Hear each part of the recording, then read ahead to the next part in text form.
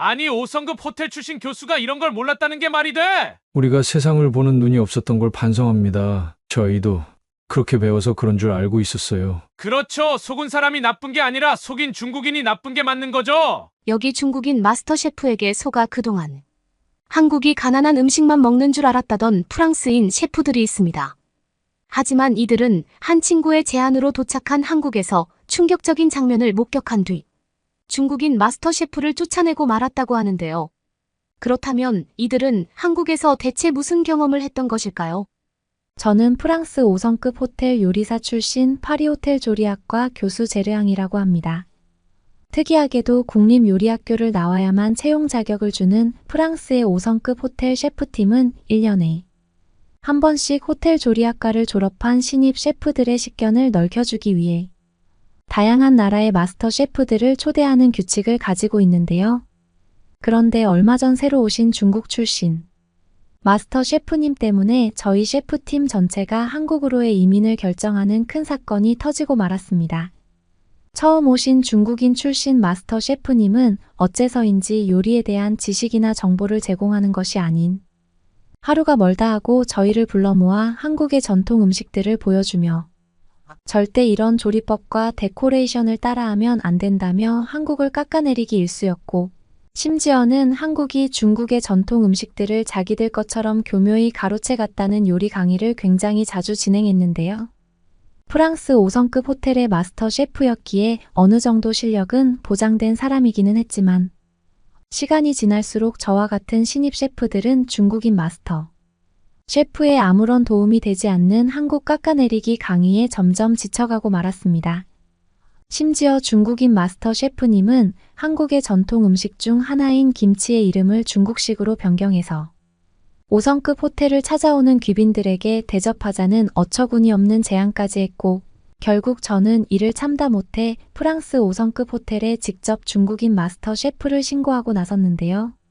평소 한국에 관심이 있던 친구를 두고 있던 저는 중국인 마스터 셰프가 행하는 행동이 명백한 한국을 향한 국가 침범이라는 생각이 들었고 저뿐만 아니라 다른 셰프 동료들도 더는 중국인 마스터 셰프와의 아침 준비 시간을 거부하기 시작했습니다. 하지만 중국인 마스터 셰프님은 아랑곳하지 않고 계속해서 한국은 가난한 음식만 먹는 나라다. 한국 전통 음식들을 절대 요리해서는 안 된다는 황당한 소리만 늘어놓았고 심지어는 아침 식사 시간에 제일 인기가 많은 한식 메뉴들을 전부 빼버리겠다는 강제적인 모습까지 보이기 시작하더군요. 그리고 바로 그 순간 저와 몇몇 셰프 동료들은 한식은 아침 식사 시간 귀빈들이 제일 많이 찾는 음식 중 하나인데 대체 뭐 하는 짓이냐며 단체로 앞치마를 집어던졌고 프랑스 5성급 호텔의 요청에 중국인 마스터 셰프가 떠날 때까지 출근을 하지 않겠다는 강수를 뒀습니다. 또한 더욱 심각한 문제는 중국인 마스터 셰프님이 항상 씻지 않고 출근을 하는 것은 물론 위생모까지 쓰지 않아 귀빈들의 음식에서 머리카락이 나오는 문제마저 생기고 있었다는 사실. 저와 신입 셰프들은 도저히 이런 수준 낮은 중국인 셰프와의 동행을 참을 수가 없었기 때문이죠. 그러던 어느 날 저는 도대체 왜 중국인 셰프가 그렇게나 한국에 열등감을 보이고 깎아내리는 것인지 순간적인 궁금증이 생겼고 어차피 중국인 셰프가 해고당하기까지는 약간의 시간이 남아 있었기에 셰프 동료들과 함께 한국 여행을 가보기로 했는데요. 그런데 단순 궁금증에서 시작한 한국 여행은 한국 도착한 3초 만에 저와 셰프 동료들의 인생을 극적으로 바꿔내고야 말았습니다. 놀랍게도 한국은 중국인 셰프가 가난한 후진국이라고 했던 것과 달리 어째서인지 중국은 물론 프랑스와도 비교되지 않는 최신식 도시 인프라를 가지고 있었고 한국의 이러한 모습은 살아생전 처음 보는 선진국의 모습처럼 보였기 때문인데요. 한국의 인천공항은 프랑스의 공항보다 훨씬 규모가 컸지만 얼마나 관리를 잘하는 것인지 엄청나게 쾌적. 이에 더해 로봇으로 공항 이곳저곳을 청소하고 있는 한국 공항의 모습은 SF 영화 그 자체였습니다. 저뿐만 아니라 다른 셰프 동료들도 말로만 듣던 한국의 모습에 어안이 벙벙해지고 말았고 저희는 빨리 서울을 경험해보자는 생각에 공항 택시 승강장으로 향했는데요. 그런데 택시 승강장으로 가기 위해 에스컬레이터에 올라타려던 바로 그 순간 저는 눈앞에 펼쳐진 광경에 깜짝 놀랄 수밖에 없었습니다. 놀랍게도 한국은 에스컬레이터 앞에 정체를 모를 기계가 설치되어 있었고, 한국인들은 너무나 능숙하게 그 기계를 이용하고 있었기 때문인데요. 에스컬레이터를 타려는 한국인들은 자신들이 쓰고 온 우산을 이상한 기계에 넣고는 이리저리 흔들었고, 기계에서 우산이 나왔을 때에는 놀랍게도 자동적인 종이 비닐까지 씌워져 있었습니다. 그리고 바로 그 순간 저는 에스컬레이터 앞의 기계가 우산의 물기를 자동으로 제거해주고 비닐까지 씌워주는 말도 안 되는 기계라는 사실을 알아차릴 수 있었죠. 알고 봤더니 한국에서는 에스컬레이터의 미끄러움을 방지하기 위해 우산의 물기를 자동으로 제거해주는 기계를 개발해 공공시설 이곳저곳에 설치했던 것이었고, 이는 눈으로 보면서도 믿어지지 않는 편의시설이더군요. 실제로 제가 태어난 프랑스에서는 이러한 우산물기 제거기가 공용 인프라 시설에 전혀 없는 것은 물론, 만약 설치했다고 하더라도 단 하루 만에 돈이 궁한 노숙자들에 의해 사라졌을 것이 뻔한 상황인데 한국은 전혀 달랐습니다. 한국인들은 하나같이 훔쳐가는 것에는 관심이 없는 듯 에스컬레이터 탑승 직전 차례를 기다리며 우산 물기 제거기를 사용했고, 저는 한국인들의 이러한 모습이 진정한 선진국 시민의식이라는 것을 깨닫고 말았죠.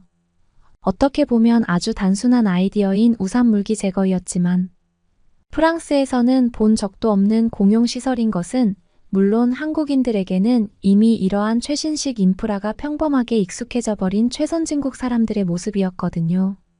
일반적으로 프랑스에서는 이러한 우산의 물기 제거기가 없어서 간혹 지하철이나 버스를 타려고 할 때 발을 잘못 디뎌서 바닥에 물기 때문에 미끄러지기 일쑤였는데, 한국은 물기 제거기의 공용 설치로 이런 문제 자체가 발생할 이유가 전혀 없었고 너무나 편리하게 공공시설의 이용이 가능했기 때문입니다. 저는 한국에 도착하기 직전만 해도 왜 중국인 셰프가 한국을 깎아내리고 열등감을 보이는 걸까라는 생각이 있었지만, 이러한 선진국 한국의 공용 인프라 시설을 눈으로 확인하자 중국인들이 한국에 열등감을 보이는 이유가 완전히 이해되고야 말았죠. 심지어 공항의 한국인들은 제가 겪었던 중국인들과는 전혀 다른 쾌적하고 깔끔한 모습은 물론, 공항 택시 승강장에는 아주 잠깐 경험했었던 중국에서도 전혀 보지 못한 수입 외제차들이 상당히 많이 보였습니다. 실제로 중식을 배우기 위해 아주 잠깐 중국을 경험한 기억이 있던 저는 공항에서부터 퍼지는 중국인들의 악취는 물론, 길거리를 돌아다닐 때마다 노숙자들이 너무 많아서 제대로 된 도보 여행이 불가능했는데, 한국의 공항 길거리는 너무나 깨끗하게 관리되어 편리하게 택시를 탈 수 있더군요. 우산 물기 제거기를 무려 1시간 넘게 살펴보던 저와 동료들은 한국의 도시에 대한 궁금증이 커지고 말았고, 결국 공항 택시 승강장에 택시를 타고 한 번에 서울로 이동하기로 했습니다.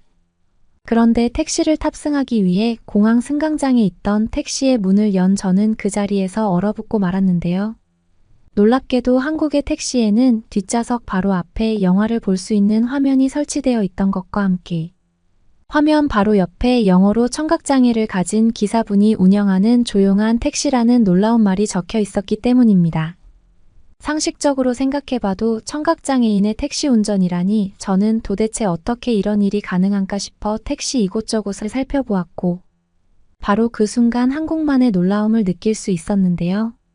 한국에 발달되어 있는 디지털 인프라 덕분인지 좌석 앞에 화면의 목적지를 자판으로 입력하자 기사님께서는 조용히 출발을 하셨고, 이에 더해 화면에 나타난 외국인 전용 매뉴얼을 클릭하자 청각장애인 기사분이 운영하시는 고유한 택시의 운영 방법과 결제 방법이 너무나 자세하게 나와 있더군요. 디지털 인프라가 발달되어 있지 않은 프랑스에서는 절대 상상조차 할 수 없는 청각장애인 택시였기에 저와 셰프 동료들은 한국은 어떻게 장애인의 일자리를 위한 복지까지 이런 식으로 발달할 수가 있냐며 연신 신기한 택시 내부를 동영상으로 촬영하기 시작했습니다. 만약 프랑스에서 이러한 청각장애인 택시 제도를 운용했다면 너무나 늘어버린 범죄 피해 때문에 택시에 탑승하자마자 택시기사의 수익을 들고 달아났을 것이 뻔한 상황인데, 한국인들의 높은 시민의식은 이미 평범한 일상인지 청각장애를 가진 한국인 택시기사님께서도 별다른 걱정 없이 너무나 안전하게 운행을 하고 계셨거든요. 말 그대로 치안과 디지털 인프라가 발달되어 있는 한국이 아니라면 절대적으로 불가능한 엄청난 선진국의 모습이었고, 실제로 한국의 고요한 택시를 촬영해 SNS에 올리자 외국인 친구들의 대체. 그건 무슨 영화 같은 나라냐며 극찬의 메시지가 쏟아지기 시작했습니다. 한국인 기사님께서는 단지 저희의 말을 듣는 것에 어려움이 있으실 뿐, 운전을 너무나 안전하게 하셨던 것은 물론 저희는 앞에 있는 디지털 화면을 통해 기사님에게 감사하다는 말을 영어 메시지로까지 전달할 수 있었고, 저희가 적은 영어가 한국어로 자동으로 번역되기까지 해서 너무나 편리하고 신기했는데요. 그저 단순한 전자패드 하나로 청각장애인 기사분의 일자리 확장은 물론, 택시를 탑승하는 저와 같은 외국인 승객들도 너무나 조용하게 휴식을 취할 수 있었고, 프랑스보다 훨씬 쾌적하고 안전한 한국만의 고유한 택시에 저는 그만 없이 나가고 말았습니다. 그리고 아니나 다를까 30분 동안 택시를 이용한 저와 친구들은 서울 도심의 목적지에 도착해 계산을 할 때에도 그만 엄청난 충격을 받고 말았는데요. 목적지에 도착하자 저희의 디지털 화면에는 앞쪽에 있는 카드 투입구에 카드를 넣으면 자동으로 결제가 된다는 놀라운 말이 적혀 있었고, 저는 그 순간 그 말을 도저히 믿을 수가 없었습니다. 아직도 프랑스에서는 무조건 현금이 아니면 택시의 이용이 불가능해서 항상 택시를 탈 일이 언제 있을지 몰라. 항상 현금을 들고 다녀야 하는 불편함이 있는데 한국은 이러한 불편함 자체가 없었기 때문입니다. 특히 청각장애인 기사님께서는 친절히 카드 투입구까지 손으로 가리키시며 행복한 미소를 보이셨고, 저는 바로 그 순간 알 수 없는 한국인 기사분의 따뜻함에 눈물이 흐를 정도였어요. 보통 프랑스에서는 불친절한 기사님들이 너무 많아서 계산을 할 때 현금을 내밀면 잔돈을 받지 못하는 경우도 많은데, 정확하고 안전하게 카드로 결제하니 이러한 언쟁의 문제가 발생하지 않는 것은 물론, 결제까지 단 1초도 걸리지 않아서 너무나 편리하더군요. 한국은 얼마나 디지털 인프라가 발달되어 버린 것인지 저와 동료들은 처음 겪은 한국만의 고요한 택시에 큰 충격을 받고 말았고, 바로 그 순간 저는 한국으로 이민을 오면 어떨까라는 생각마저 들기 시작했습니다. 중식의 배움을 위해 잠깐 경험했었던 중국에서는 이러한 따뜻함은커녕 오히려 중국인 택시 기사분이 저희의 가방을 훔쳐가려는 사건마저 겪었는데, 이와 반대로 한국의 청각장애인 택시 기사분은 택시에서 내리는 저희를 향해 반가운 손인사를 마지막까지 건네주셨기 때문이죠. 상식적으로 생각해봐도 국가적인 안전한 치안이 보장되지 않으면 이러한 특수한 택시 제도는 절대 불가능한 모습이었고, 이러한 한국의 선진국 복지 모습에 저와 동료들은 어떻게 이런 나라가 존재하고 있었냐며 한국만의 선진국 인프라에 혀를 내두르기도 했습니다. 하지만 한국에서의 진짜 놀라움은 바로 택시에서 내리자마자 눈앞에 펼쳐지기 시작했는데요. 한국의 대도시 한복판에 내린 저는 단 한 명의 노숙자들도 보이지 않는 길거리에 그만 할 말을 잃고 말았고, 심지어 한국의 길거리에는 노숙자들이 아닌 오히려 의사가운을 입은 수십 명의 의사들이 무료 건강검진을 제공하고 있었기 때문입니다. 이와 반대로 중국에서는 오히려 길거리에 노숙자들이 보이지 않는 것이 특별할 정도로, 중국 대도심의 경우 노숙자들이 모여 사는 텐트촌이 도심 한복판에 있을 정도였는데, 한국은 이러한 가난한 중국과는 이미 거리가 먼 듯 길거리에 노숙자들이 단 한 명도 보이지 않더군요. 단순히 선진국이라고 생각했던 한국은 알고 봤더니 길거리에서 무료 건강검진을 할 수 있을 정도로 부유한 의료 국가의 나라였고, 저는 그 순간 수많은 한국인들이 길거리에서 건강검진을 받고 있는 모습에 큰 충격을 받고 말았습니다. 한국은 단순히 살기 좋은 나라일 뿐만 아니라 한국에서 거주하는 한국인들을 위한 편의성에서도 최대의 국가였기 때문이고, 한번 병원을 방문하려면 무려 한 달의 시간이 필요한 프랑스와도 엄청난 차이가 났기 때문이죠. 실제로 프랑스에서는 단순한 건강검진을 받으려고 해도 무려 300만 원 이상의 보험비를 지급해야 하는데, 놀랍게도 한국의 길거리에서 제공되고 있는 무료 건강검진은 프랑스의 비싼 건강검진과 전혀 다를 것이 없어 보였을 뿐더러 더욱더 비싸고 청결한 의료기기들이 많이 보였는데요. 심지어 무료 건강검진을 안내하고 있던 한국인 의사분께서는 저희를 보시더니 외국인을 위한 근육통 검진 또한 준비되어 있다며 무료로 건강검진을 받아보라는 제안까지 하셨고, 저와 동료들은 그 순간 말도 안 되는 꿈의 나라 한국에 엄청난 충격을 받고 말았습니다. 대체 그 어떤 나라에서 외국인들을 위해 이렇게까지 할 수 있다는 말인가요? 한국은 얼마나 부유하고 돈이 많은 나라인지 단순 자국민들을 위한 복지뿐만 아니라 한국을 방문하는 외국인들에게도 거의 비슷한 의료복지가 제공되고 있었고, 저는 바로 그때 한국으로의 이민을 완전히 결심 내리게 되었습니다. 단순히 살기 좋은 나라일 뿐만 아니라 한국에서는 삶에 대한 지혜와 의미를 배울 수 있을 것 같아.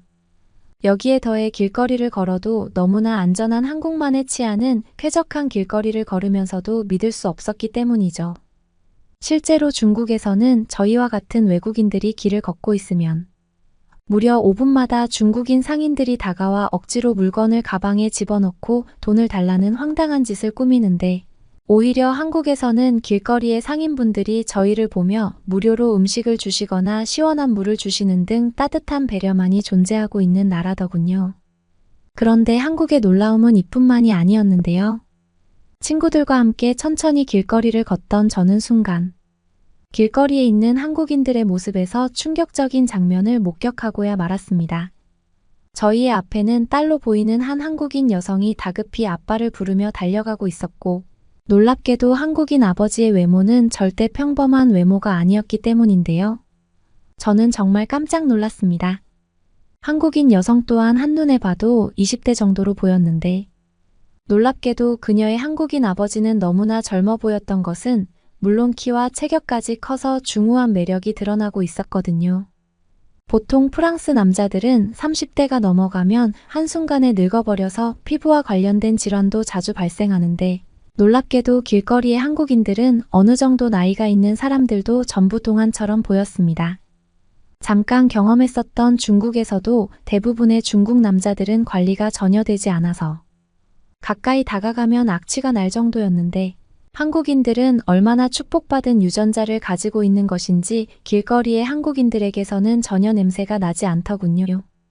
그야말로 한국은 디지털 인프라와 안전한 치안, 심지어 시민의식과 같은 국가의 모든 부분에서 최선진국을 달리고 있었고, 얼마나 부유한 경제 상황을 유지하고 있는 것인지 한국인들의 외모마저 축복받은 동안 유전자였던 것입니다.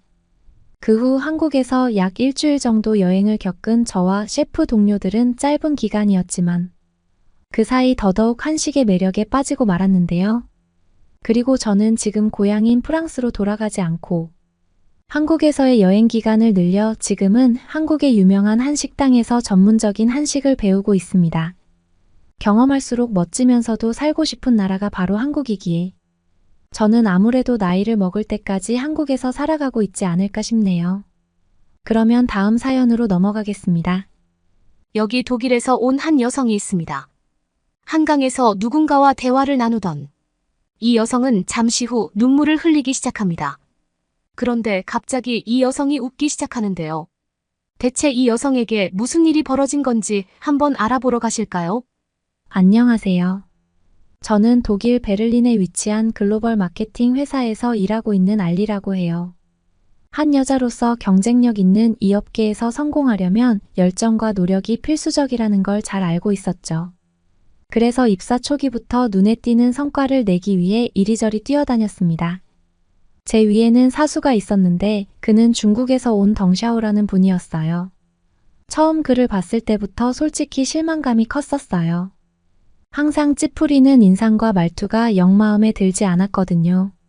제가 기대했던 것과는 완전히 딴판인 느낌이랄까요? 알고 보니 소문으로만 무성했던 그의 실력은 그저 신기류에 불과했어요. 큰 꿈을 꾸고 입사한 저로서는 배우고 싶은 걸 배우지 못한다는 사실에 당혹스러웠죠. 처음엔 겉모습만 그런 거고 뭔가 있겠거니 했는데 시간이 지날수록 덩샤오에게서는 배울 만한 게 하나도 없다는 걸 깨달을 수밖에 없었어요. 업무적으로 질문을 해도 명쾌한 답변을 기대하기 힘들었고 그가 내놓은 아이디어들은 뻔하고 진부해서 실망스러웠죠. 외국인 신입사원인 제가 보기에도 그의 업무 능력은 형편없는 수준이었어요. 도대체 그가 어떻게 사수 자리에 앉아 있는 건지 이해할 수가 없더라고요. 하지만 배울 건 배워야겠다는 일념으로 그에게 매달렸죠. 뭐라도 얻어가려고 안간힘을 써보았지만 돌아오는 건 부질없는 자료들과 그의 횡설수설된 말뿐이었어요. 결국 덩샤오에게서 배울 수 있는 건 하나도 없다는 걸 인정할 수밖에 없었습니다. 회사에서의 날들이 고달프고 힘들게만 느껴졌어요. 말씀드렸다시피 제 사수인 덩샤오는 정말이지 문제가 많은 사람이었어요. 일단 그는 중국에 대한 자부심이 하늘을 찔렀죠. 매번 중국은 최고의 국가라고 말했고 중국의 역사와 문화가 세계 최고라는 말을 입에 달고 살았으니까요. 특히나 중국 남자들이 얼마나 잘났는지, 어떤 매력과 능력을 갖추고 있는지 늘어놓는 말은 정말 듣기 힘들 정도였어요. 세계 그 어디에도 중국 남자들처럼 특별한 존재는 없다는 그 말만 백날 해대니 이젠 지겹기까지 하더라고요. 자국에 대한 자부심이야 물론 좋지만 그렇다고 매일같이 남의 귀에 못 박아도 될 만큼 과한 건 곤란하잖아요. 그의 자랑에 절로 기분이 상하고 불편해질 때가 한두 번이 아니었죠. 게다가 그는 위생 상태도 말이 아니었어요. 그는 회사 내에서도 악취를 풍기기로 유명한 사람이었거든요. 양치를 했는지 의심스러울 만큼 입에서는 설명하기도 힘들 만큼 항상 고약한 냄새가 풍겼고 손톱에는 항상 때가 껴있고 머리카락은 늘 기름지고 지저분했죠. 도무지 그가 어떻게 매일 출근할 수 있는지 이해가 안 갈 정도였어요. 그의 책상 주변으로 다가가기만 해도 코를 막아야 할 지경이니까요. 대체 왜 회사는 저런 사람을 두고 있나 싶을 때가 한두 번이 아니었어요. 알고 보니 중국 본사의 임원과 친인척 관계라는 뒷배가 있더라고요. 뭐 그렇다 보니 아무도 그에 대해 뭐라고 하지도 못하는 거겠죠. 하지만 솔직히 그의 존재 자체가 회사 분위기를 엉망으로 만든다는 게 대부분의 의견이었어요. 회사 동료들 사이에서도 덩샤오에 대한 불만이 자자했죠. 일은 제대로 하지 않으면서 갑질의 횡포는 여전하니 누구라도 그를 달가워할 리가 없었겠죠. 다들 그가 좀 사라졌으면 하는 심정이었을 거예요. 어느 날 회사에 중국 지사로 발령 갈 인원을 뽑는다는 소식이 들려왔어요. 다들 설마 내가 걸리진 않겠지 하면서도 은근히 긴장했죠. 그런데 그 중국행 1순위 후보로 떠오른 사람이 있었으니 그게 바로 저희 팀의 골칫덩어리 덩샤오이였던 거예요. 본사에서도 그가 얼마나 문제아인지 잘 알고 있었던 모양이에요. 하지만 덩샤오는 가고 싶지 않다고 회사에 고집을 부렸고 회사는 바로 덩샤오에게 그와 함께 파트너로 중국에 갈 사람을 고를 기회를 준 거예요. 이 소식을 들은 덩샤오가 싱글벙글한 얼굴로 저를 찾아왔을 때 왠지 모를 불길한 기운에 온몸에 소름이 돋더라고요. 그의 음흉한 눈빛에 섬뜩함을 느꼈던 게 지금도 생생히 기억나네요. 진심으로 원하지 않았지만 예상대로 그는 중국행 파트너로 저를 선택했어요. 제가 정말 싫다는 표정을 대놓고 지어도 덩샤오는 아랑곳하지 않고 끝까지 저를 지목했어요. 한마디로 반강제로 중국행을 강요당하게 된 거죠. 뭐 이미 결정된 일을 제가 되돌릴 수는 없었겠지만 순간 머리가 하얘지면서 온몸에 힘이 쭉 빠지더라고요. 갑작스레 찾아온 이 절망적인 상황에 눈앞이 캄캄해졌어요. 이게 다 증오스러운 덩샤오 때문이란 사실에 속이 뒤집혀 올 것만 같았죠. 왜 하필 저일까요? 도망가고 싶은 마음뿐이었어요. 순간 머릿속에 온갖 생각들이 스쳐 지나갔어요. 중국에 간다니 저에겐 너무나 막막한 일이었거든요. 우선 저는 중국어를 한마디도 못하는데 어떻게 중국에서 일을 한단 말인가요? 게다가 낯선 중국 문화에 적응하는 것도 쉽지 않을 것 같았고요. 회사 내에서는 영어만 쓰면 된다고 하지만 일상생활은 어쩌란 말이에요? 중국으로 발령을 간다니 앞이 캄캄할 뿐이었죠. 이런 제 심정을 모른 척 회사에서는 오히려 더 많은 보수를 준다니. 그 기회를 놓치지 말라며 집요하게 설득하기 시작했어요. 꼭 가야만 한다는 식으로 말이죠. 제 의사는 안중에도 없었던 거예요. 심지어 회사에서는 제가 중국 생활에 적응하지 못하더라도 3년 후면 독일 본사로 복귀할 수 있다는 말까지 덧붙이며 회유했어요. 하지만 회사의 강압에 저는 어쩔 수 없이 굴복하고 말았죠. 애초에 덩샤오 같은 사람을 회사에서 왜 데리고 있었던 걸까요? 그가 저지른 난장판의 뒤치다꺼리는 고스란히 제 몫이 되어버렸다고 생각하니 억울하고 화가 나서 머리끝까지 치솟는 심정이었어요. 어쩔 수 없이 결국 저는 덩샤오와 함께 중국행 비행기에 몸을 실었죠. 차라리 악몽이기를 바랐지만 냉혹한 현실이었어요. 중국에 도착한 저는 충격을 금치 못했어요. 공항에서부터 밀려드는 인파에 압도당하고 질서 없이 뒤엉킨 길거리를 보며 경악을 금치 못했죠. 이곳이 정말 살아갈 곳인지 의문부터 들더라고요. 낯선 중국 문화에 적응하기 위해 분주히 움직였지만 쉽지 않았어요. 도로 위는 각자 도생의 세계인 듯 차들은 앞다퉈 달리고 신호등은 무시한 채 사람들은 이리저리 뛰어다녔죠. 지하철 안도 숨 쉴 틈이 없이 빼곡했고 어딜 가나 요란한 소음이 끊이질 않았어요. 위생 상태도 말할 것도 없었죠. 도대체 이곳에서 어떻게 지내야 할지 막막하기만 했어요.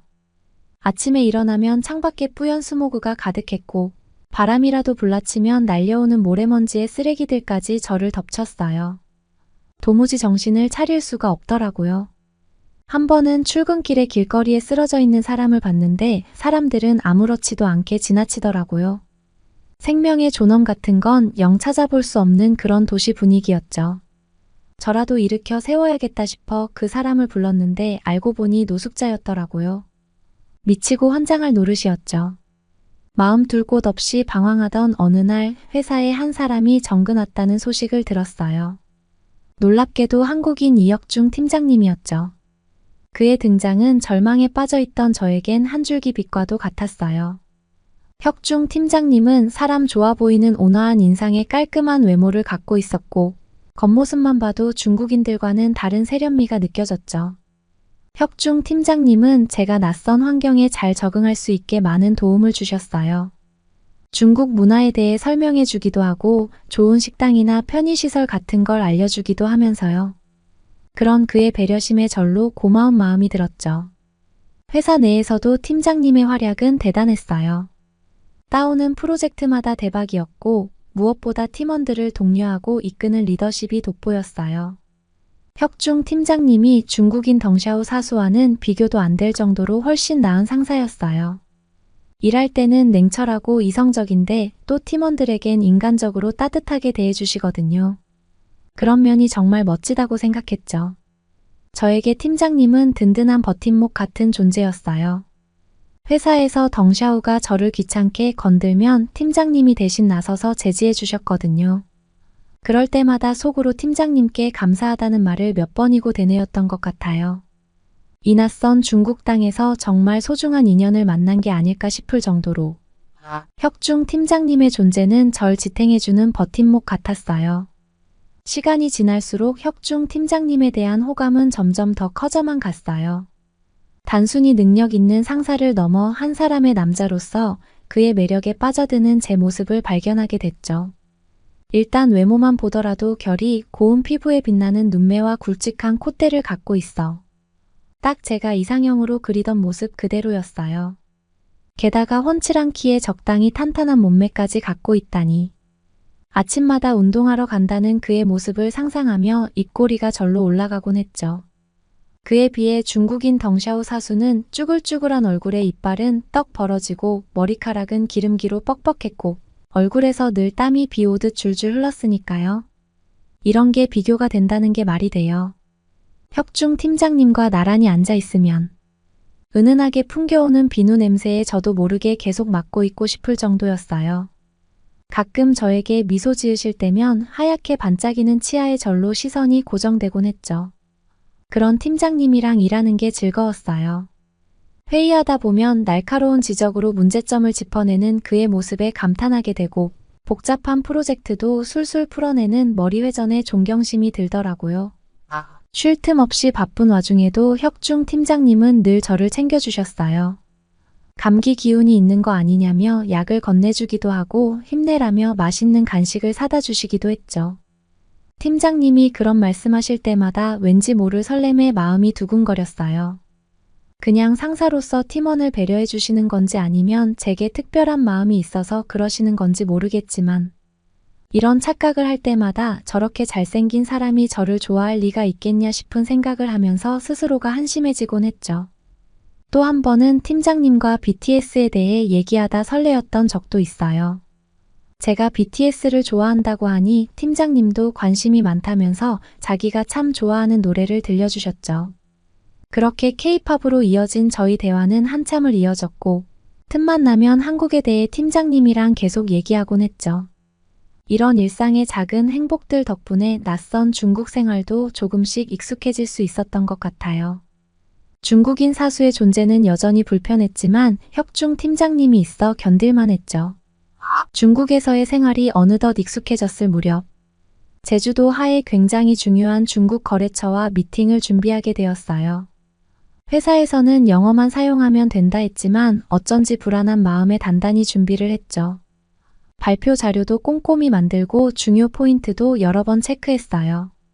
그런데 발표를 하는 날 분위기가 심상치 않더라고요. 거래처 사람들의 표정이 좋지 않았거든요. 왜 그렇게 표정이 안 좋은지 이유를 찾을 수가 없어 불안했어요.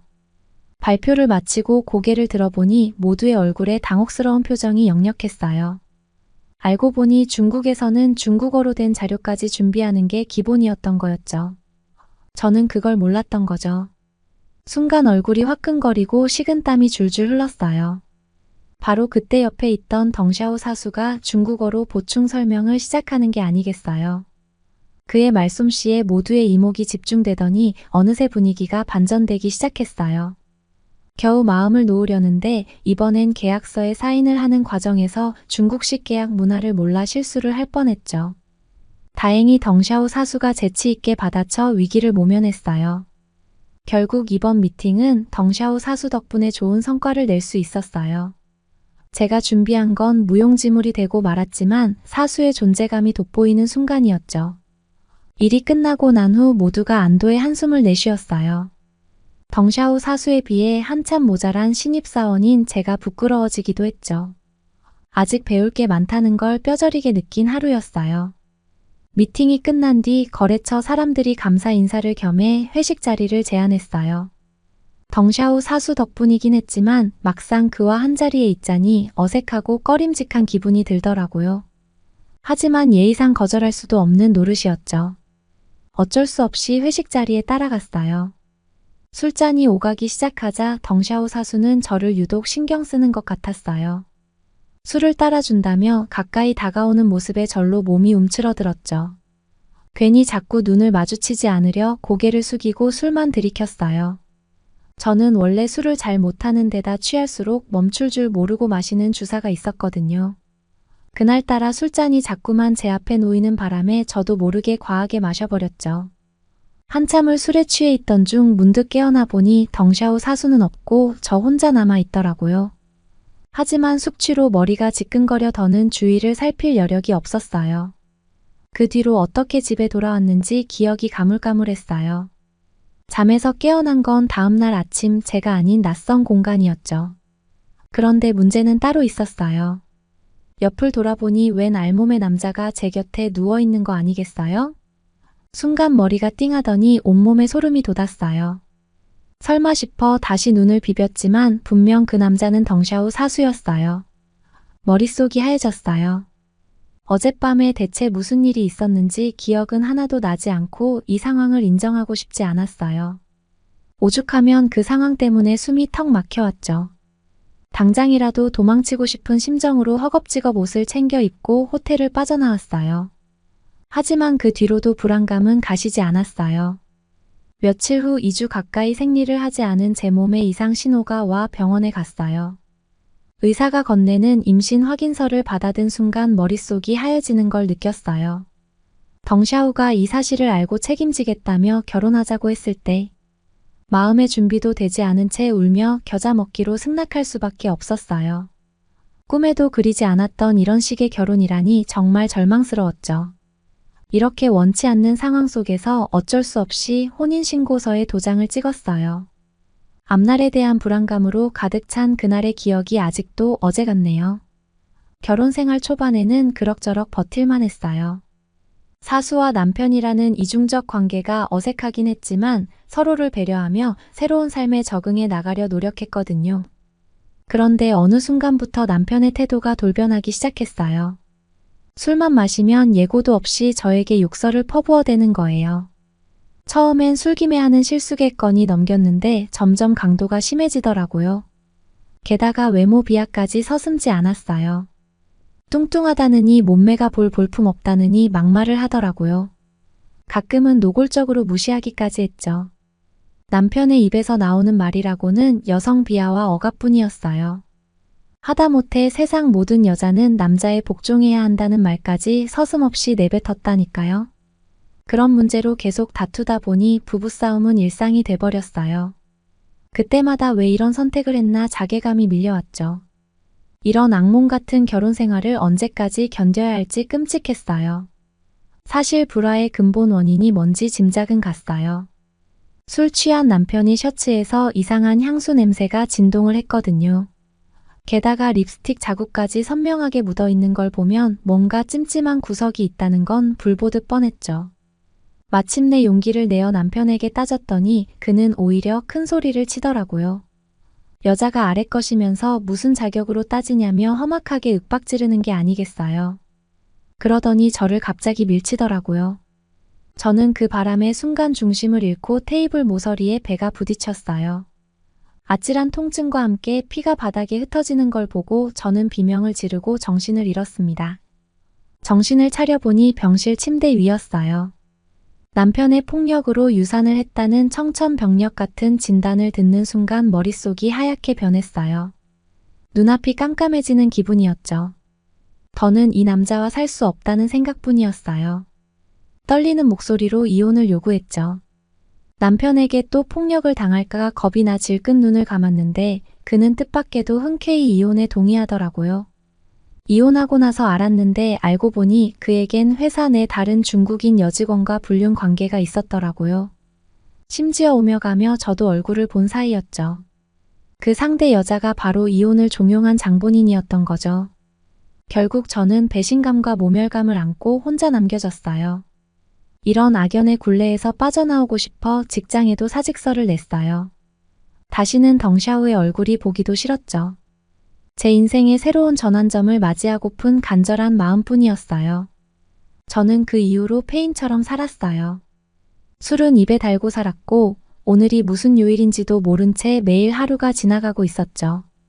그렇게 1년이 지났을 쯤 더 이상 이렇게 살지 말아야겠다는 생각이 독일행 티켓을 끊고 짐을 싸려던 참이었어요. 중국에서 같이 친하게 지냈던 한국인 동료 미애한테서 연락이 왔어요. 그동안 잘 지내고 있냐는 안부 인사를 하면서 말이에요. 솔직히 요즘 제 처지를 털어놓기엔 너무 힘든 상황이었죠.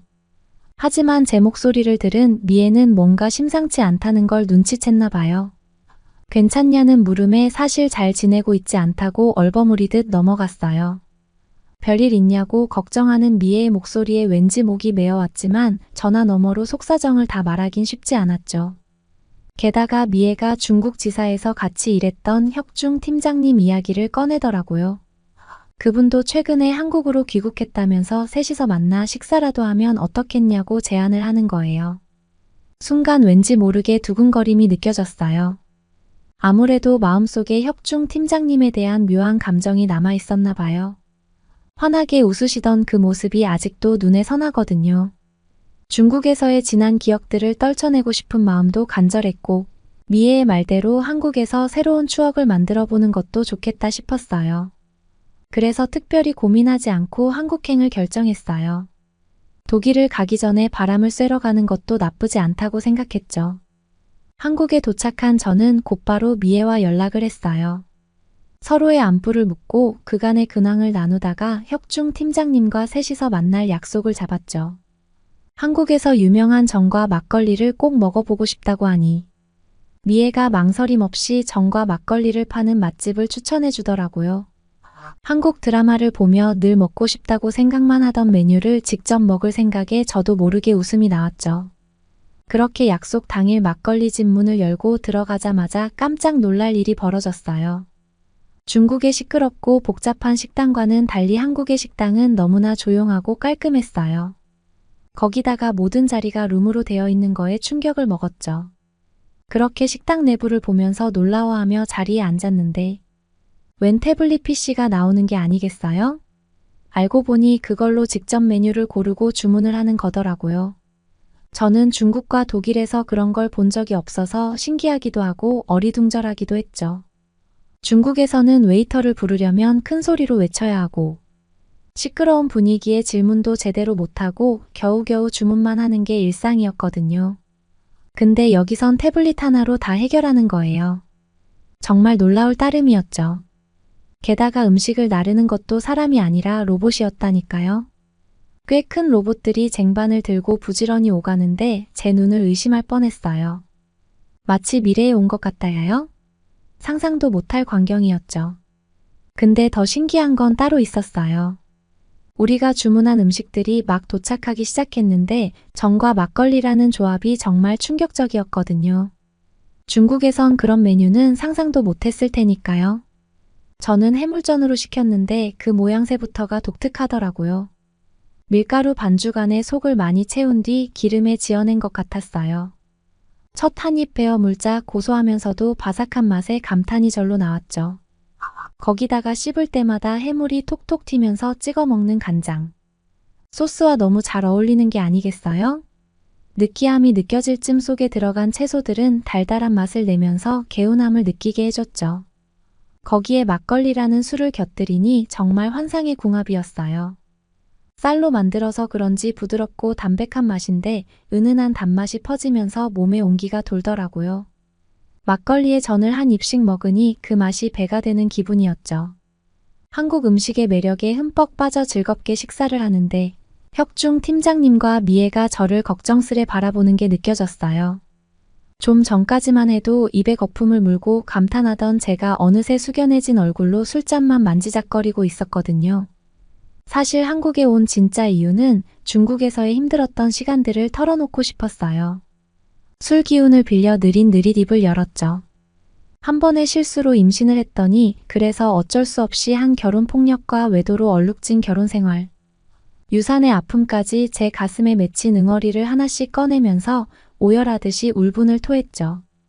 팀장님과 미애는 말문이 막힌 듯 절 쳐다보더니 이내 분노에 찬 목소리로 그 중국인 남편을 욕하기 시작했어요. 세상에 어떻게 그런 쓰레기 같은 사람이 있냐며 너무 고생했다고 절 토닥여줬죠. 한참을 울었더니 어느새 해가 저물고 있더라고요. 술자리가 무르익을 때쯤 미애가 내일 중요한 약속이 있어서 먼저 가봐야겠다고 말하더라고요. 아쉬운 마음에 배웅을 하고 돌아오는데 저와 혁중 팀장님이 단둘이 남겨졌다는 걸 알게 된 순간 묘한 긴장감에 두근거림이 멈추지 않더라고요. 혁중 팀장님은 자연스럽게 내일 특별한 일정 없냐고 제게 물었어요. 없다고 대답하자 팀장님이 웃으며 그럼 내일 같이 어디 가볼래요? 라고 말했죠. 가만히 귀를 기울여 보니 더 현대 서울이라는 쇼핑몰을 가보면 좋겠다고 하시는 거예요. 거기 요즘 가볼 만한 곳이 많다면서요. 망설일 이유가 없었죠. 고개를 끄덕이며 좋다고 했어요. 다음 날 약속 장소로 향하는 내내 두근거렸어요. 팀장님과 단둘이 데이트라니 왠지 모를 설렘에 잠겼거든요. 한껏 멋을 내고 나왔더니 팀장님은 절 보자마자 예쁘다며 칭찬을 아끼지 않으셨어요. 근데 팀장님이 타고 온 차를 보고 절로 입이 딱 벌어졌죠. 제네시스라는 현대의 고급 브랜드더라고요. 영화나 드라마에서나 봤을 법한 그런 멋진 차였어요. 차 문을 열어주는 팀장님의 센스에 괜스레 얼굴이 화끈거렸어요. 차 안에 바로 앉으려다 저는 고민을 했어요. 새하얀 가죽 시트를 보고 절로 주춤하게 됐거든요.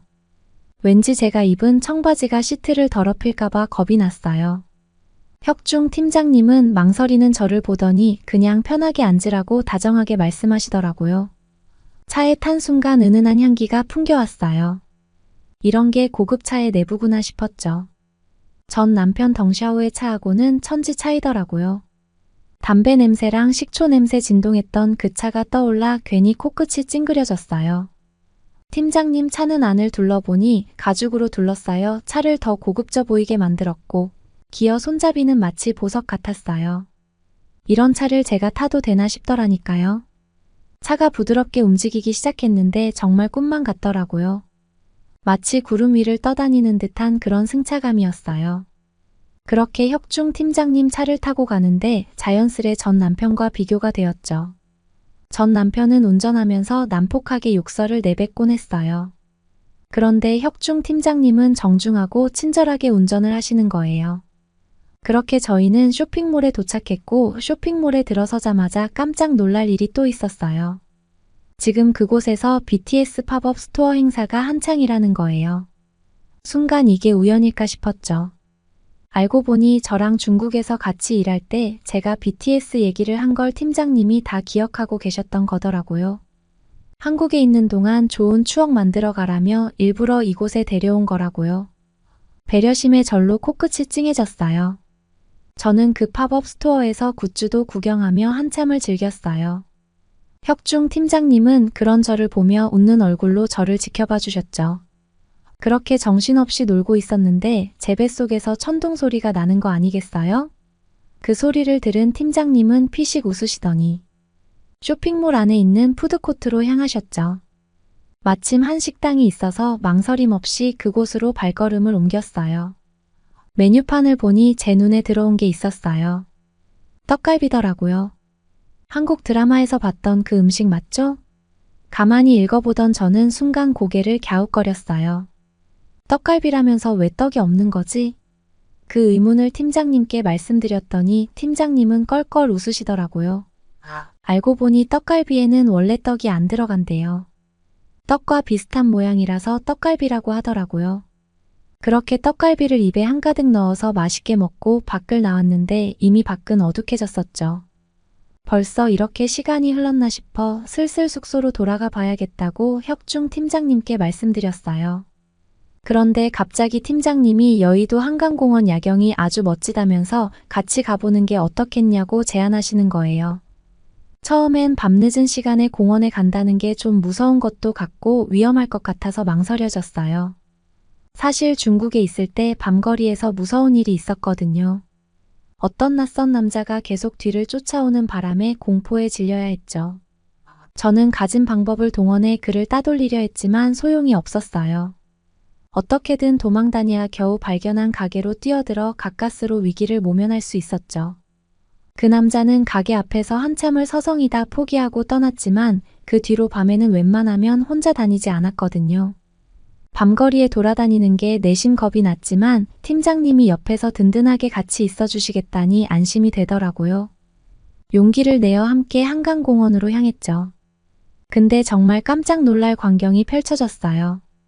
중국에서 본 어두컴컴하고 인적 드문 밤거리하고는 완전히 달랐거든요. 한국의 밤은 나처럼 환했어요.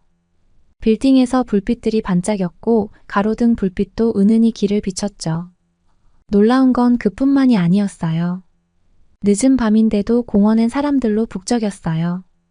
잔디밭에 돗자리를 깔고 놀고 있는 사람들, 벤치에 앉아 담소를 나누는 연인들까지 마치 나의 풍경과 다를 바가 없었죠. 순찰 중인 경찰들도 눈에 띄었어요. 치안이 잘 유지되고 있다는 걸 실감했죠. 이런 평화롭고 안전한 밤거리라니 정말 믿기지가 않더라고요. 살면서 처음 느껴보는 해방감 같은 거였어요. 한강을 바라보며 팀장님과 천천히 걸었어요. 어느 벤치에 앉아 야경을 감상하는데 문득 지난날의 기억들이 주마등처럼 스쳐 지나가더라고요. 덩샤오와의 결혼 생활과 그의 외도와 폭력, 유산과 이혼까지 말이에요. 제 얘기를 들으신 팀장님도 충격을 받으셨나 봐요. 그 얘기를 듣는데 마음이 무너지는 기분이었다고 하시더라고요. 제 눈엔 어느새 눈물이 고여 흘러내리고 있었어요. 절 꼭 껴안아주신 팀장님의 따스한 체온이 고마웠죠. 팀장님 품에 안겨 한참을 흐느꼈어요.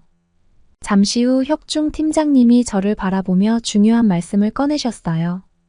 사실 중국에 있을 때부터 절 좋아하고 계셨대요. 하지만 제가 갑자기 결혼하는 바람에 그 마음을 접을 수밖에 없었다고 하시더라고요.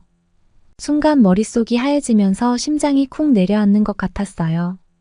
왜 진작 그 마음을 몰랐을까? 그때 덩샤오가 아니라 팀장님을 만났으면 어땠을까 생각하니 마음이 아려워지더라고요.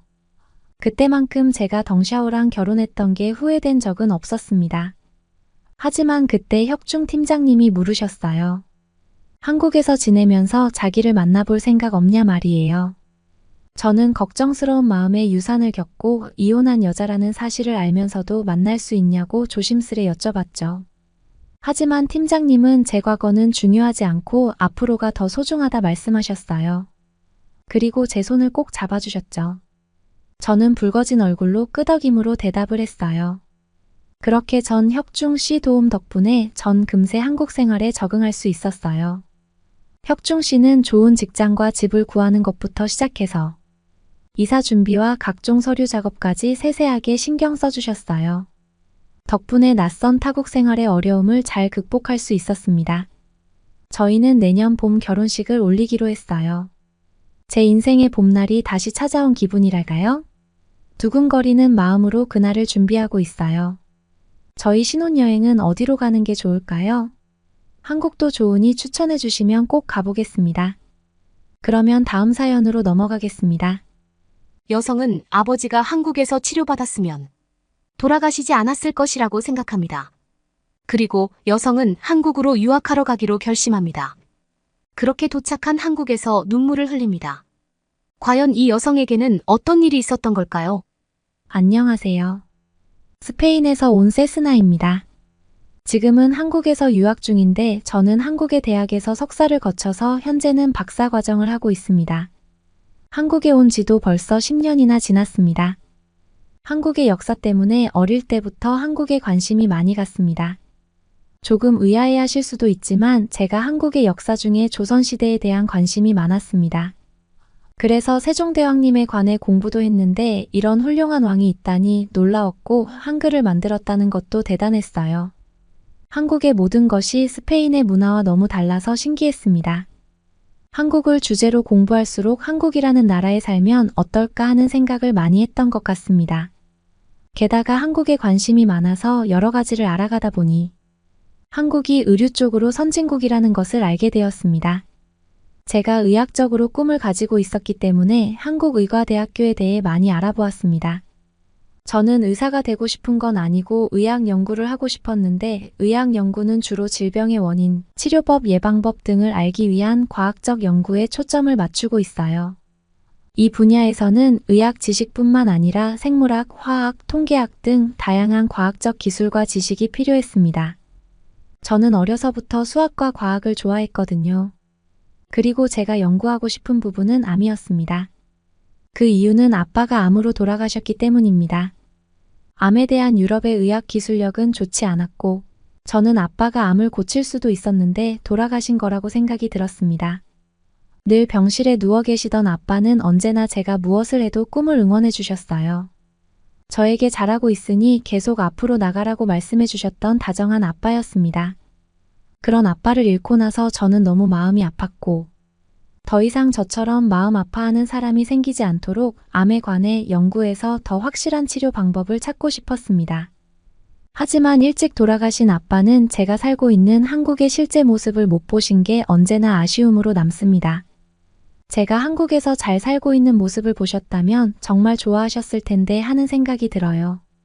제가 한국의과대학을 알아보고선 처음에 한국으로 유학 간다고 했을 때 엄마는 저한테 미쳤냐고 말할 정도였습니다. 한국은 스페인에서 너무 멀고 북한 때문에 유럽에서는 안 좋은 뉴스가 많이 나왔거든요. 그래서 엄마는 절대로 안 된다고 못 보낸다고 엄청나게 반대하셨습니다. 물론 엄마와 동생만 스페인에 남겨두고 떠나야 한다는 사실이 저를 힘들게 했지만 꿈을 꼭 이루고 싶었습니다. 하지만 정말 가고 싶었던 저는 PPT 문서까지 만들어서 엄마 앞에서 한국이 괜찮은 이유를 발표했습니다. 제가 이과 쪽 사람이라서 이렇게까지 해서 엄마를 설득했습니다. 엄마에게 한국은 정말 괜찮은 나라이고 안전하고 좋은 학교도 있다고 말씀드렸습니다. 처음에 그렇게 반대하시던 엄마도 제 노력 덕분인지 점점 마음이 허락해 주시는 쪽으로 바뀌어 가셨어요. 엄마와 동생은 제가 한국에서 대학 생활을 할 때 여행을 오신 적이 있어요.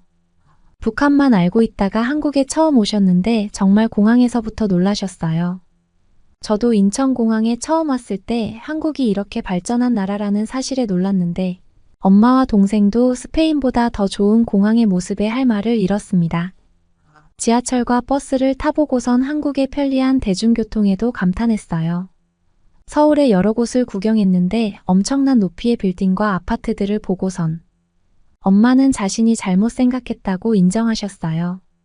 한국이 참 좋고 살기 좋은 곳이라고 말씀하셨습니다. 게다가 여행 중에 비빔밥과 삼겹살 등 한국의 맛있는 음식을 드시고선 한국 음식이 너무 맛있고 마음에 무척 든다고 하셨어요. 지금은 엄마와 동생은 제 든든한 응원을 해주는 사람들입니다. 제가 한국으로 대학교에 가고 싶었던 점 중 하나는 신청할 수 있는 장학금이 많았습니다. 우리 집이 잘 사는 것도 아니고 아빠도 일찍 돌아가셔서 저는 장학금이 절실했습니다. 학교 입학 후에 열심히 신청해서 장학금도 받을 수 있었습니다. 행운이라면 제가 입학할 당시에는 외국인이 많이 없어서 지금에 비하면 경쟁이 심하지 않았습니다. 이런 점을 고려했기 때문에 저는 이게 저에게 기회라고 생각하고 한국대학교를 선택하게 되었습니다. 하지만 그때 저는 유학을 결정하고도 문화가 많이 차이가 나는데 잘 적응해서 살 수 있을까 하는 걱정도 많았습니다. 1년 동안 한국어 공부를 하면서 대학에 갈 준비를 하였습니다. 나 같은 고등학교 친구들에게 한국에 갈 거라고 했을 때도 친구들은 저를 이해하지 못했습니다. 그리고 그게 가능하겠냐면서 믿지 않았는데 저는 한국에 가서 공부하는 걸 믿고 있었어요. 아무도 안 믿어줬지만 저는 끝끝내 이루어냈고 그 점이 너무 뿌듯했습니다. 한국 대학에서 합격 통지를 받고선 서울로 오게 되었습니다. 저는 고등학교를 졸업 후에 처음으로 한국에 와서 대학 생활을 하는 것이라서 모든 것이 낯설고 새로웠어요. 한국말도 처음에는 너무 힘들었고 대학에서 공부하는 것도 쉽지 않았습니다. 하지만 가장 힘들었던 것은 한국 학생들의 수준이 너무 높다는 것이었어요. 한국 학생들은 어려서부터 여러 가지를 많이 배운다고 들었어요. 스페인에서는 어려서부터 따로 무엇인가 배운다거나 그렇지 않거든요. 한국의 높은 학구열에 감탄하였습니다. 그래서 처음 대학 수학 수업을 들었는데 저한테는 이렇게 어려운 문제를 푼다는 것에 스트레스가 심했습니다. 같이 듣는 한국 학생들은 아무렇지 않게 쉽다면서 대학 수학을 풀었거든요. 제가 너무 한국 학생들에 비해서 수준이 떨어지는 것 같아서 울면서 밤새 공부를 했었습니다. 같은 강의실에 외국인이라고는 저밖에 없었고 한국어를 엄청나게 잘하는 편이 아니라서 소통도 힘들었어요. 처음에는 저를 무시하는 것 같아서 너무 외로운 시간들이었습니다. 근데 제가 혼자서 너무 힘들어하면서도 열심히 하는 모습을 보자 어떤 친구가 저한테 자신이 도와줄까라고 물어봐 주는 거예요. 저는 너무 절박해서 제발 좀 부탁한다고 했습니다. 그 친구가 없었으면 저는 포기했을지 모르겠는데 같이 공부하고 제가 힘들어하는 부분을 도와줬습니다. 친절한 이 한국 친구에게 제가 도움을 많이 받았습니다. 어떻게 그렇게 수학을 잘하는지 풀이는 어떻게 그렇게 깔끔한지 볼 때마다 감탄이 나왔습니다. 유럽에서도 한국 사람들이 수학을 잘한다는 말을 많이 듣기는 했는데 직접 경험해보니 믿을 수 없게 수학을 잘했습니다. 어려운 수학 덕분이었을까요?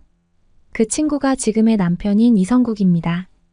성국 씨는 처음에는 학교 친구였는데 나중에 연인이 되었습니다.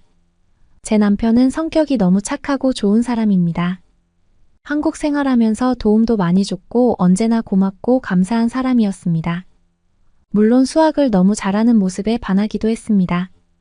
저와 남편은 성격도 비슷했고 공통점이 있었는데 아버지가 암으로 일찍 돌아가셨다는 것이었어요. 그래서 더 잘 통하고 공감되는 면이 있었습니다. 게다가 저는 유럽 남자들과 비교하면 한국 남자들이 참 멋지다고 생각을 많이 했습니다. 남편과 데이트할 때도 저를 위해서 꽃을 사왔고 옷을 입는 것에도 노력을 많이 한다는 걸 알 수 있었거든요. 주변 한국 남자들을 봐도 삶에서 노력을 많이 하고 사는 게 느껴졌는데 스페인 남자들은 제가 보기에는 대충대충 사는 것 같았어요. 남편은 정말 다정다감하고 세심한 사람이어서 제게 감동을 많이 줬습니다. 그리고 저희 시어머니 자랑을 하고 싶습니다. 정말 우리 시어머니는 너무나 천사 같은 분이에요. 제가 외국인이라서 싫어하실 수도 있었지만 처음부터 제게 마음을 열어주셨어요. 제가 참 부족한 점도 많고 한국 사람도 아니라서 문화적으로도 편한 며느리도 아니었을 텐데 어떤 점 하나 마음에 안 든다고 하신 적도 없고 항상 사랑으로 저를 대해주셨습니다. 우리 엄마도 남편을 엄청나게 좋아하는데 우리가 성격이 비슷한 면이 있고 그게 서로 잘 맞는 게 아닐까 하는 생각이 들기도 합니다.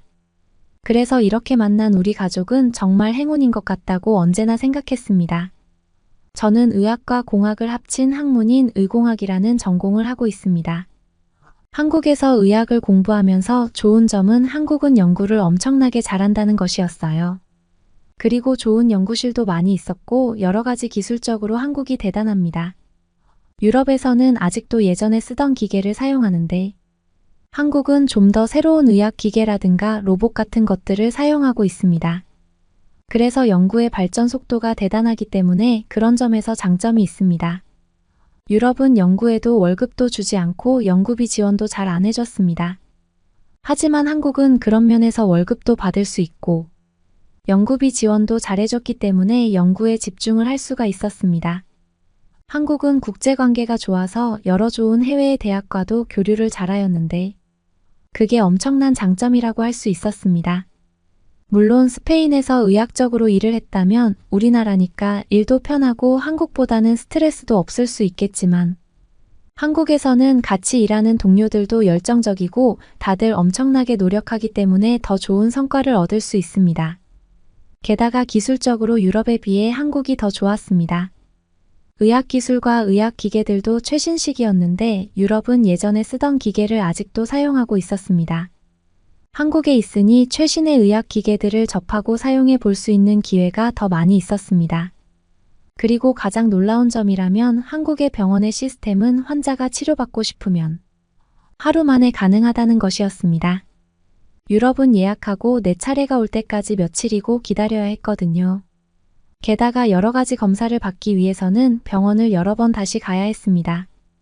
그런 유럽에 비해 한국은 빠르게 일을 처리했기 때문에 정말 좋았습니다. 제가 하는 암 연구에서도 한국에서는 다양한 방법의 치료법이 있었습니다. 유럽에서는 치료 방법도 다양하지 않았고 기술도 뒤떨어진 데다가 환자들도 오랫동안 기다려야 했는데 한국은 다양한 방법으로 암 치료를 했습니다. 특정 약물 치료를 해야 할 때와 특정 실험을 해야 할 때, 그 특정 약물이 환자에게 제대로 반응하지 않는다면 그 즉시 의사는 다른 치료 방법을 환자에게 제안할 수 있습니다. 환자가 동의한다면 제안한 치료법으로 환자를 치료해 볼 수 있었어요.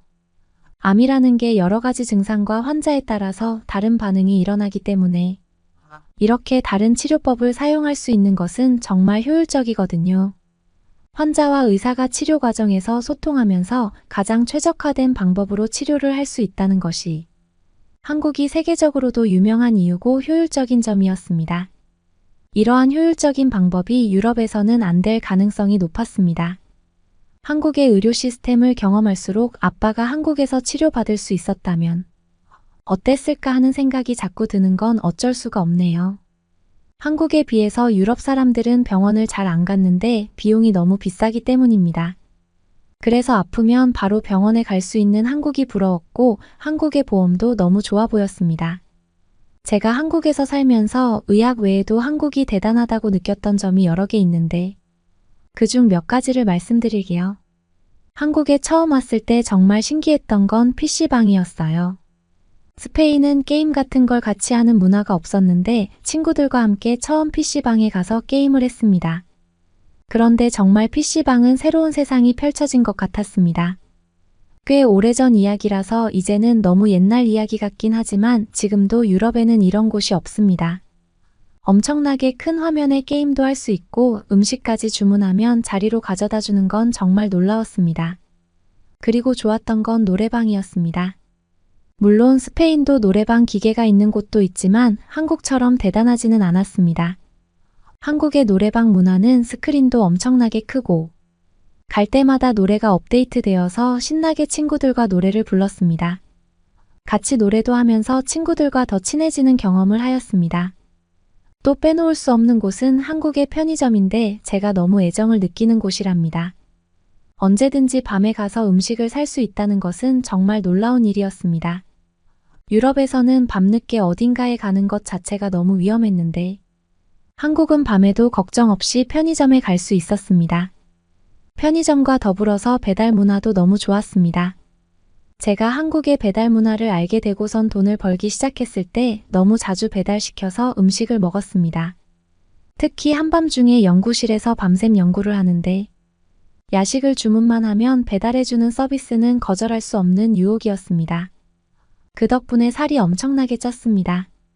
햄버거도 밥도 어떤 음식도 다 주문하면 먹을 수 있어서 너무 편했습니다. 물건만 시키면 다음날 집 앞으로 배달해주는 것도 좋았는데 한국은 스페인에 비해 너무 살기 편한 것 같습니다. 정말 사람이 살기 편한 서비스들이 많아서 가끔 스페인에 돌아갈 때면 한국이 그리워졌어요. 대중교통은 말할 것도 없이 한국이 최고입니다. 지하철이나 기차 그리고 버스 등이 서로 연결이 잘 되어 있어서 대중교통을 편하게 이용할 수 있습니다. 자동차가 없이도 이렇게 불편함 없이 살 수 있는 나라는 한국이 유일할 거예요. 생활하면 생활할수록 한국이 좋아져서 제가 여기 살 수 있다는 사실에 감사하고 있습니다. 아빠가 언제나 제게 해주신 말들이 떠오르네요. 아빠는 내가 어디에 있든 항상 너의 꿈을 응원하고 용기를 낼 수 있게 기도해 줄게라고 하셨어요. 언제나 그 말을 생각하면서 저는 힘을 냈고 열심히 살았습니다. 지금 있는 연구소에서 열심히 암과 의학 연구를 하여서 꼭 아빠의 자랑스러운 딸이 되고 싶습니다. 다음에 세상에서 제일 사랑하는 아빠를 만날 때는 제가 열심히 살았다고 당당히 말할 거예요.